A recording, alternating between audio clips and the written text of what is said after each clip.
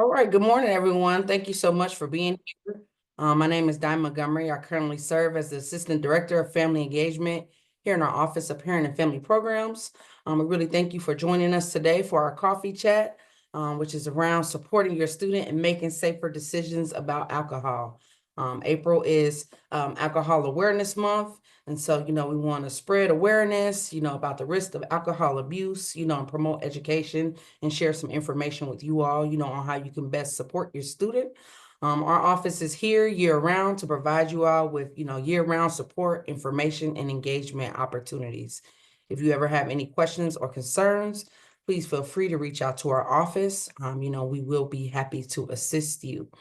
And so throughout the presentation today, if you have any questions, please feel free to drop those into the chat. We'll have some designated time at the end for that. Where AC, who's here from our Student Wellness Center, I will give her time to introduce herself. We'll have that time at the end again for you all to ask those questions. And then at the end, if you want to, turn your cameras on or come off of mute, you will have time to do so.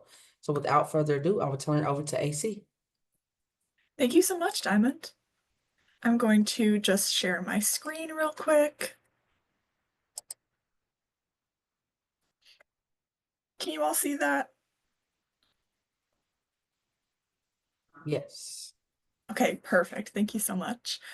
So hi, everyone. As Diamond said, I am going to be talking about supporting your student in making safer decisions about alcohol in sort of recognition of Alcohol Awareness Month. My name is Anna Comer, but you guys can call me AC. I'm the program manager of alcohol, tobacco, and other drug education at the Student Wellness Center. I'm going to really do a deep dive on what the Student Wellness Center is and what we offer for students later on in the presentation, but sort of what you need to know right off the bat is that we are essentially an office that is here to support students in making healthier decisions throughout their time here at UC. So to give an overview of what today is going to look like and what we're going to be talking about, I have sort of three main topics that I want to go over. So first is, what does safe alcohol use look like?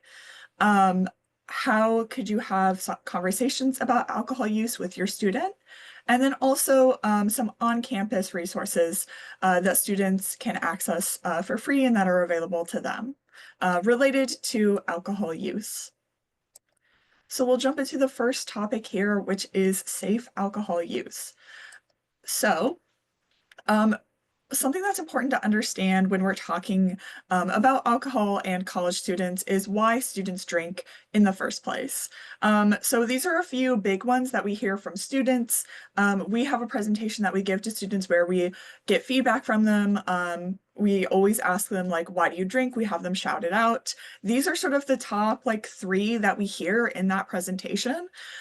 So the first one is coping. That's, dealing with stress, drinking to relax.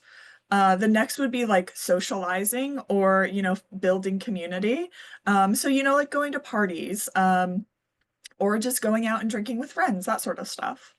And then the last is sort of curiosity or taste. This one is sort of a catch-all for sort of those other two, which are really the sort of main two. But some people just like the taste, or maybe it's their first time drinking and they're just sort of curious about alcohol. So these are some of the reasons why students might drink. There are definitely others out there, but going into this conversation, it's important to understand this to sort of help your student find a way that still sort of supports maybe some of the goals that they have while also practicing safe drinking. So here are some examples of safe drinking strategies, or what safe drinking looks like for students that we promote and that we encourage students to practice. So first is counting drinks. This is one that you've probably heard before. It's essentially just keeping track of how many drinks you're having in a night. So this might be helpful for students to set a limit going into a night of drinking or a party or whatever. before they start drinking. So this might look like for some students a specific amount of drinks. And when we're counting drinks, we're talking about something called standard sizes. So that essentially would look like, you know, for a bottle of beer, one drink is one bottle. So that could look like I'm only going to have two drinks. For others, it might be an amount of money, especially for students who are maybe more concerned with the financial side of things. So instead of setting a number of drinks, they might say, I'm only going to spend, you know, like $30 tonight and no more than that. That might be a way to sort of encourage students to think about drinking differently. You're looking at some of the other ways that drinking might affect them. So it also affects your financial situation. It's something that you have to pay to do. So sometimes sort of reframing it in that way can help students sort of realize how these safe drinking strategies are helpful, not only from the perspective of just alcohol use or general physical health, but also from some other sort of financial consequences as well. We also, when it comes to counting drinks, try to encourage the use of apps like TryDry or Dose. These can be really helpful for students, and we try to discourage, you know, like physical markings of how many drinks a student has had. For example, like marking off how many drinks on your arm. We try to discourage that because then people are able to see how many drinks you have had. And just for safety reasons, we don't want that to happen. So having something that is a private way that you can track drinks is really helpful for students. We also encourage having an accountability buddy. This might be someone that you team up with to say, this is my limit, cut me off when I reach this point, and then you can do that for each other. We always encourage sticking with friends, staying with people that you know and that you trust, and who can help sort of enforce those drinking limits if that is something that students are interested in. Or also just generally help with safety. It's always good to have another person just in case an emergency situation might pop up. We encourage students to avoid drinking games. These are often the times when students will go over their limits without even maybe realizing it. They're playing a game, beer pong, for example, and they're, you know, hitting the goals and they're drinking and they're not really counting the drinks in the same way that they might if they were not in this sort of like gaming environment. So we try to either say, you know, just don't participate at all, or stick to your limit and exit the game when you've hit it. And that's again another great reason to have a buddy with you who can pull you out of that game to make sure that you're not, you know, losing track of how many drinks you're drinking. And then our last one is pacing drinks. So the recommended drinking pace is 1 drink or fewer per hour. This will help with both the counting drinks and also with maintaining a blood alcohol content level that is safe as, you know, the blood alcohol content goes down over time. So on the flip side, some examples of unsafe drinking. So some of these are, you know, in sort of the other side of the coin of some of those safe drinking habits that we just saw. So some unsafe drinking habits might be like daily drinking, regardless of the amount that they're drinking every day. It can still be unsafe and long-term unhealthy for their physical wellness. Drinking as coping is not something that we encourage, obviously. Relying on alcohol to deal with stress can be really harmful for a lot of different reasons. And actually, there have been links between drinking and lower mental health. Partying alone, again, this is going back to what I was saying earlier about if there is no one there in case there's an emergency, there's no one to help a student. And also, it is not as easy to maintain accountability when drinking or stick to a limit. And then, of course, generally just over consuming alcohol. So this might be signified by things like frequent hangovers, blackouts, or even extending into alcohol poisoning. So if these are something that students are experiencing a lot, it's usually an indication that they are often over consuming alcohol and they're getting into levels that would be considered dangerous. So let's talk about how you might share some of this information or have conversations around safe drinking with students. So the conversation might look different for different people.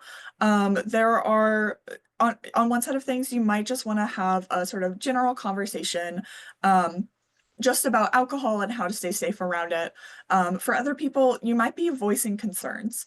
So these sort of recommendations for the general conversations, these are things that you can use in any sort of conversation that you're having about alcohol. So first is to approach the conversation with curiosity, not judgment. Which can be really hard to do. We of course want everyone to be staying safe and staying healthy when they're drinking. So you of course want to say or give the advice of like, don't drink this much, or stay in this zone, or only have this many drinks a night. But we really try to encourage people to approach the conversation with curiosity, just to, communicate the message that you're being supportive. Be direct. When you're asking questions to your student about their own alcohol use, be very clear about what they're asking. Students do appreciate this openness. And also it'll just help further the conversation overall. I know this can seem sort of scary. It might seem like maybe the student, if you're being direct, will just shut down the conversation immediately. But know that even in trying to have this conversation, you're taking steps and you're making progress with your student. Even just showing that you're supportive of having this conversation, you want to have this conversation in the future, it might open doors to having a more open conversation with your student in the future. So really just even trying to approach the topic can be really helpful. Talk about what safe drinking looks like. So maybe instead of focusing on the sort of like negative part of things, when you're having just sort of general conversations and maybe not in the moments when you're voicing concerns, just talk about what safe drinking is. If you're able to, maybe even like use some examples from your own life. Like I set a limit for myself of only this many drinks when I'm drinking, things like that. And then the main things that you want to provide them with in this conversation is information, resources, and support. So again, just communicating that report, directing them to resources, which I'm going to give you a few of them at the next section of this presentation today. And then giving them some information, which I'll also give you all some information that you might be able to share with them as well. And then when it comes to voicing concerns, if your student is exhibiting some signs of drinking that you think is maybe unhealthy for them, or that you're just generally concerned about, going into that conversation, it's important to have specific examples of instances where you felt concerned about their drinking. So maybe there was a specific night that you can think of where they came home and maybe they were like angry or belligerent or something. That gives specific examples of why you feel concerned about this. Try to gauge their readiness to address their drinking in this conversation. That can be kind of hard to do, but you really know your student the best. So you're probably the best person who's going to be able to do that. And some people might not be ready at the moment that you're trying to communicate with them. But again, really just showing that you are there and supportive of them and want to help without judgment can really open doors in the future to have conversations that might lead to progress. And then remember that ultimately the choice is theirs. This is really hard to sort of let go of some of that control, but it is necessary in this situation. You may have heard in addiction conversations before the phrase, the first step to addressing addiction is for the person with the addiction saying that they recognize they have a problem.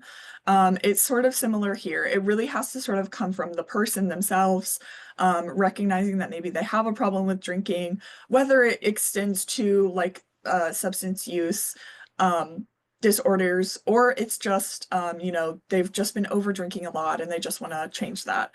So it might not fully go into, the clinical side of things, but problem drinking can still exist without it being a clinical concern. But ultimately, they still have to recognize that the problem is there before they can move forward. And that might take a couple conversations, or just generally time for them to dwell on the things that they've heard. When you've shared these concerns, what you're really doing is giving them the opportunity to reflect on their own behaviors around alcohol, and then start to address those behaviors or make the choice of what they want to do next. And these are things that will, hopefully stick with them in the future, and you can have another conversation that might lead towards steps to toward change. So in terms of sharing information about alcohol use, this is a good way to get them to start reflecting and thinking about their own behaviors.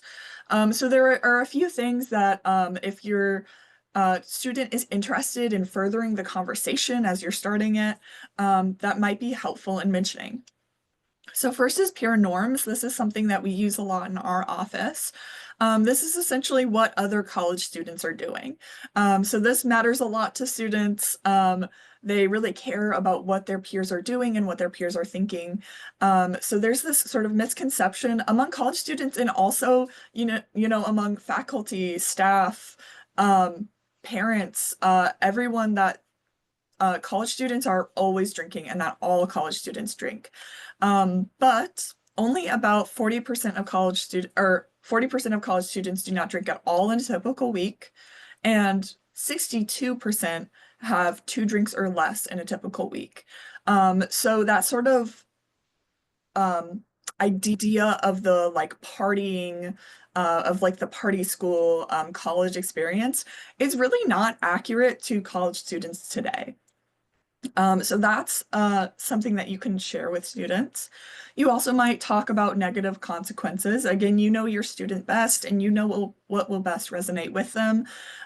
So some negative consequences might be related to things like finance, academics, sleep, physical health, mental health. So if your student cares about any of those or about multiple of those, you might get them thinking about what the negative consequences are when they drink. Are they drinking and sleeping late and missing class? That's going to affect their academics. Are they spending a lot on alcohol? That's going to affect their finances. Long-term physical health can be a concern, especially for like athletes.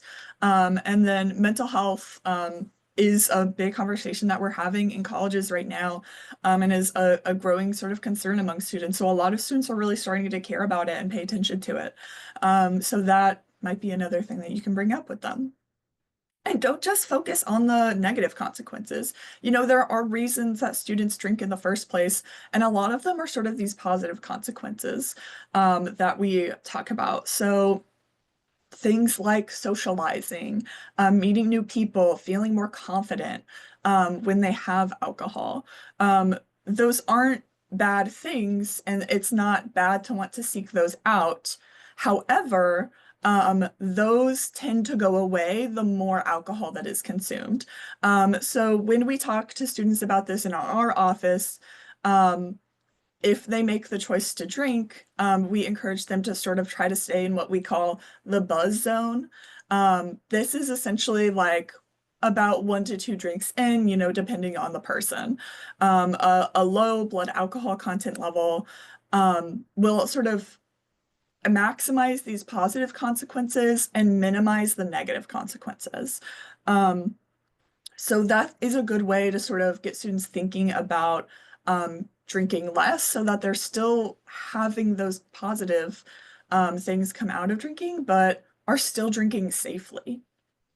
And then you might also want to have a conversation more generally about coping. If they have indicated to you that they are drinking mainly to cope with stress, you might get your student thinking about other ways that they can cope with stress. So what were the things that they were doing before they started drinking to cope?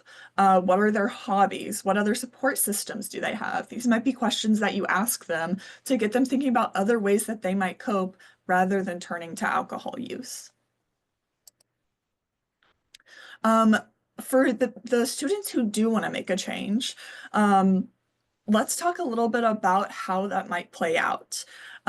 So again, the choice is ultimately in the student's hands. So options might include no change. So the student might not be ready to make a change, but again, that support is so important. Knowing that they have it is really important. They might be interested in setting a goal. So that is a step in the process of, becoming a healthier drinker. Or they might even want to quit drinking at all, become sober, and enter active recovery. Um, Usually, I will say the most common outcome that I've seen when I've talked to students about drinking is the sort of goal setting stage. Most people don't jump immediately into wanting to be sober, not wanting to drink, wanting to be in recovery, but there might be some students who are interested in that. So let's talk a little bit about how you might help your students set a goal if they're asking for help for that or if they're not really sure where to start. Again, a goal can really start small, and we actually usually encourage students to start small with a goal, especially if it's um, a change like this, which can affect sort of other aspects of their lives, like their social life, for example. Often students don't want to go, 100% all in into not drinking at all or significantly reducing their drinking, but any step is progress. So if they want to start small, that's okay. One tool that we use when we're helping students goal set is the SMART goal tool. You all may have heard about this. I'm sure your students have heard about this. I know that they learn about it in their like first year classes. So the SMART goal is essentially a tool to help students sort of narrow down a goal and make it achievable. So when you're thinking about what this means, the letters in SMART stand for different things. So first is S, specific. So how are you going to make this goal specific to you? And sort of your particular situation. So that could even be like, you might make it specific by saying in certain scenarios, I'll only drink this much. Like if I go over to this person's house, I'll only drink this much. Measurable, so this is setting like a number to it. And again, like I mentioned earlier, this number might be the number of drinks. It might be a dollar amount. It'll just sort of depend on your student and where they're at. Achievable. So, is this goal achievable within the time limit that I've set for myself? Relevant / realistic. So relevant might be like, why is this something that's important to me right now? Finding out why the student wants to make the change and why they value it can just sort of help them on the journey of making this goal and remind them why they want to make this change in the first place. And then is it realistic is sort of going back to that same idea of is it achievable? How can you make it more achievable? Do you need to start smaller? Maybe by just reducing one drink, having one less drink than you usually do in a setting where you're drinking. And then timely. So this is setting a time limit for the goal. So for example, it might be for the next month. I've set this limit for myself of when I go out drinking, I'm only going to have 2 drinks. And then from there, they can, once they've achieved that goal within that time period, they might move on to setting another SMART goal that they can work towards for the next month or the next year or whatever it might be. So let's talk about resources. Again, resources are really important to share with students to know that they have support not only from you, but also from the campus community. So let's start off by talking about CAPS, Counseling and Psychological Services. I'm sure this is something that you all have probably heard of before, but just as a little overview of specifically the ways that that CAPS addresses alcohol use. There are group therapy. This is a counselor-led session with other students, other peers, and they do have topics that are specifically focused on substance use and recovery. There are also other topics that might be sort of adjacent to alcohol use. So, for example, if a student is using alcohol to cope with stress, maybe a stress management group might be helpful for them, or a balanced living group, or even self-compassion. So there are lots of groups out there. Students can look those up, and these are free and available to students. There's also individual therapy. We have a great counselor named Desiree Gonzalez, whose focus area is substance use.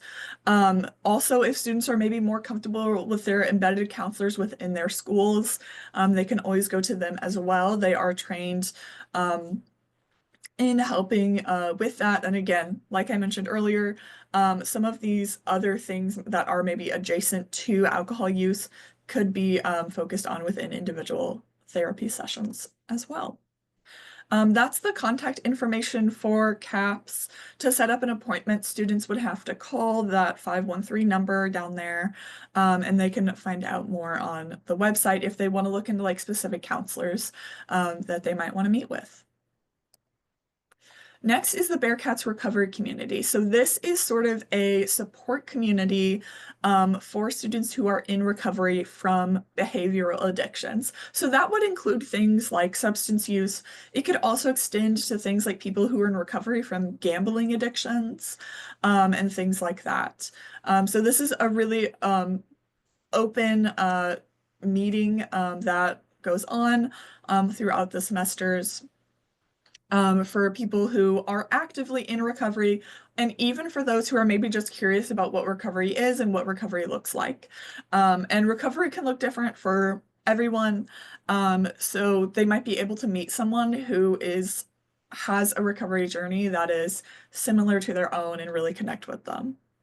So these meetings are focused on peer support and building community, and finding a community that you can have, that you can do social activities with, without that pressure of drinking, or for some students using drugs, or whatever it might be. It's essentially a sober community for people to go to.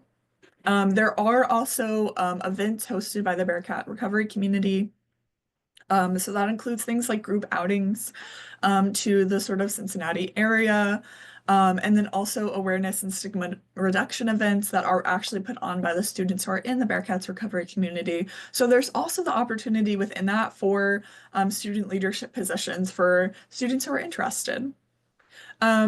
In terms of information going forward, there are no remaining meetings for the rest of the spring semester, but we will start meetings up again in the fall semester on Wednesdays from 1 to 2 p.m. And then next is the Student Wellness Center. So that's the group that I am a part of. So we have lots of sort of offerings in terms of education for students. So we have presentations, like our Blame It on the Alcohol presentation or Party Smart 2.0, which are really focused in on alcohol use. So Blame It on the Alcohol is sort of like the 101 presentation that gives a general overview of drinking and safe drinking strategies. Party Smart 2.0 is sort of our next level presentation that we provide for students, where they will essentially have an opportunity to figure out how they might make choices in a party setting.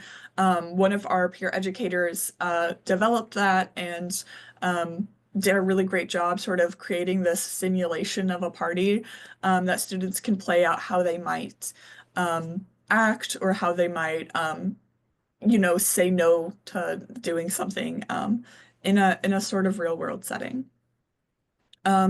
We also do lots of events, including sober events. So we do sober tailgates during football season. We do 2 home games each season. We also do late night programming for students. So these are always sober events that we do on Fridays twice a month. Um, we also have things like Safe Spring Break, which we just did a few weeks ago, where we encourage students to be educated about how they can stay safe over spring break, some of those healthy drinking habits, as well as other things related to spring break, like sun safety and things like that. Hallowise is another event that we do each October. We all partner, everyone in the office on this to address alcohol use, as well as things like issues of consent, mental health, things like that. Um, and then we have a bunch of other educational events throughout the semester that are focused on mental health, healthy relationships, physical wellness, and many other areas. Some upcoming events. This week we have a late night program called Paint and Sip. It is going to be a sober paint and sip event, so we'll have a really fun mocktail that one of our peer educators created. Um, and students will be taught how to create a watercolor painting. So that's going to be this Friday, April 11th from 8 to 10 p.m. And then in a couple weeks, we will be hosting our Stress Less Week, which is a big sort of series of events throughout April 21st through 25th that we put on for students every semester. And it's just focused on, relaxing or trying to relax before finals week so that you can go into finals week feeling confident about taking exams or finishing projects. And then the best way to find out about other summer events that we host throughout the semester is through our Get Involved UC um, organization site. So that is all that I have for you, but I will open it up for questions now. Diamond, do you want me to stop sharing my screen? Would that be best? Yes, that's fine. Okay.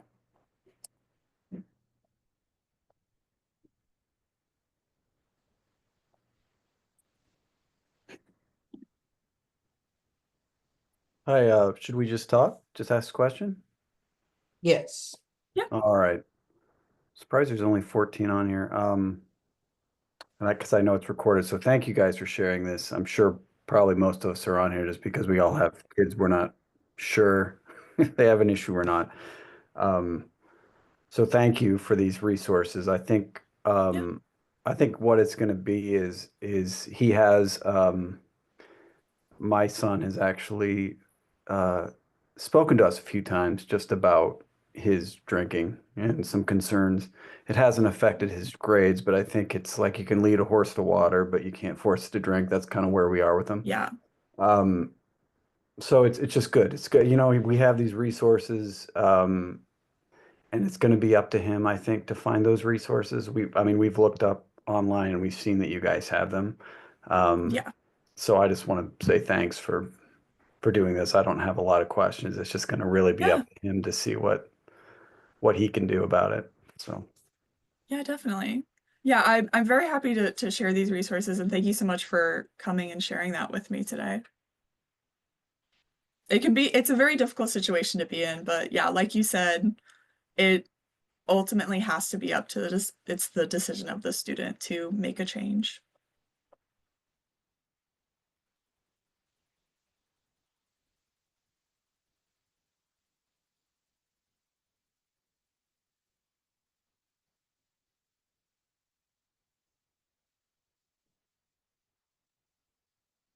Okay, we had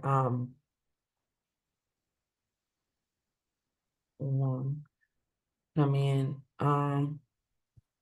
We can make we will put the recording on here. And I can send you the slides. I'm reading the comments, I'm sorry.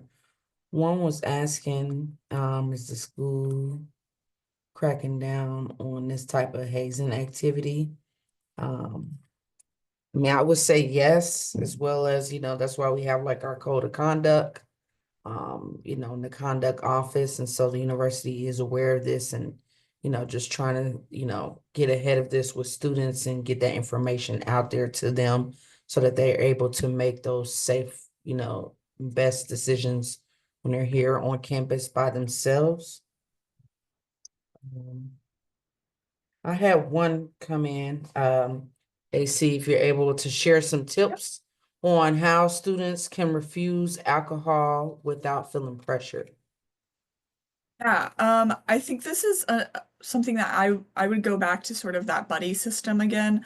Having another person there, even to just maybe also say no, to help resist that pressure, who is maybe also saying I'm only having this amount of drinks, can be really helpful for students. Um, so yeah, I'd say definitely having a buddy can be really helpful. I think also even just arming them with some of that information about like knowing that there are plenty of other students out there who are making the choice not to drink overall, or who are making the choice to drink less. It's really not uncommon nowadays for students to be making that choice. So I think even giving them some of that information might give them a little bit more confidence to say no in those situations. But yeah, so I'd say, having active peer support, like when you're in that opportunity. Also, another shout out, I think, to Bearcats recovery community. That is a great way to sort of meet other people who have been in these same situations, who have, had to say no to participating in alcohol use or in drinking behaviors that are unhealthy. And so they are also a great place to go, even just to get advice. And our students are really, passionate about recovery and helping other students sort of navigate alcohol use or whatever it might be to find ways to say no. So also getting some peer support there might be a good option for them. Thank you. Someone said you mentioned earlier about having conversations with your student, asking specific questions. Are you able to give any examples of any good questions that they could ask? Ooh, that's a great question. Um, I would say again, you want to go in with sort of this attitude of curiosity and not judgment. So I'd say even just starting off with things like just generally gathering information about what their drinking might be look like. Um, some ways to maybe lead into those questions might be to like share your own stories of, like when I was in college, people used to do this a lot. Does that sort of thing still happen? Have you experienced that? Um, yeah, giving specific examples can sometimes help students sort of um, really understand like what is going on in the conversation or what specifically is being asked, or even just being more straightforward than that and being hey, do you drink at all? When you do drink, like, are you drinking a lot? Like, are you staying safe? Like, what are ways that you stay safe when you drink?